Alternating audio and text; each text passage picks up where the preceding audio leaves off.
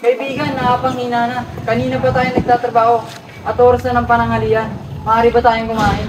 Sarap yung pahinga mo tayo kumain dahil ako nagugutom na rin. Hoy, anong ginagawa niyo dyan? Ba't kayo nagpapahinga sa gatong oras? Ginoo, kanina pa ho kami nagtatrabaho at wala pa ho kaming kain. Maaari po ba kami magpahinga? Kakatasan namin ng inyong sahod dahil nagpapahinga kayo. Mga idyo, ngayong araw ng sahod nyo, humila muna kayo dito at naghintay. Kakasahod na. Makakabili na din ng masarap na pagkain para sa aking pamilya. Hoy, pumasok ka na rito para makamuna ang sahod mo. Bakit ganito ang aking sahod ay tulang? Ewan ko din, ganun din ang aking sahod. Halos ginawa naman natin ng maayos ang ating trabaho.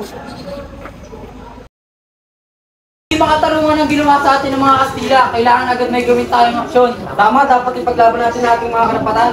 Hindi dapat tayo magpa-alipis sa ating mga Kastila. Tama.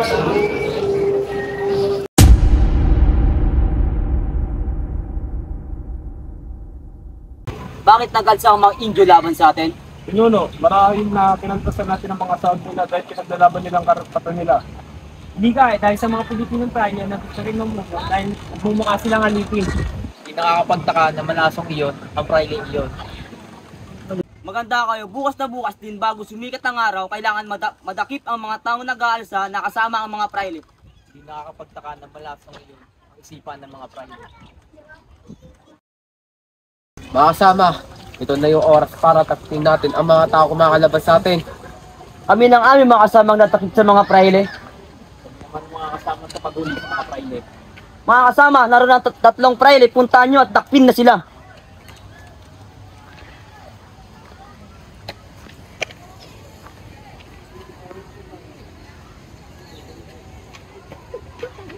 Aksyon!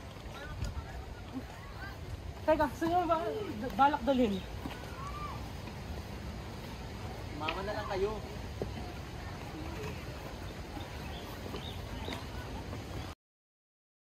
Ano bang ginawa natin sa mga Kastila at bakit nila tayo dinakip? Tayo ay naakusan bilang leader ng mga Pilipino na kumakalaban sa kanila.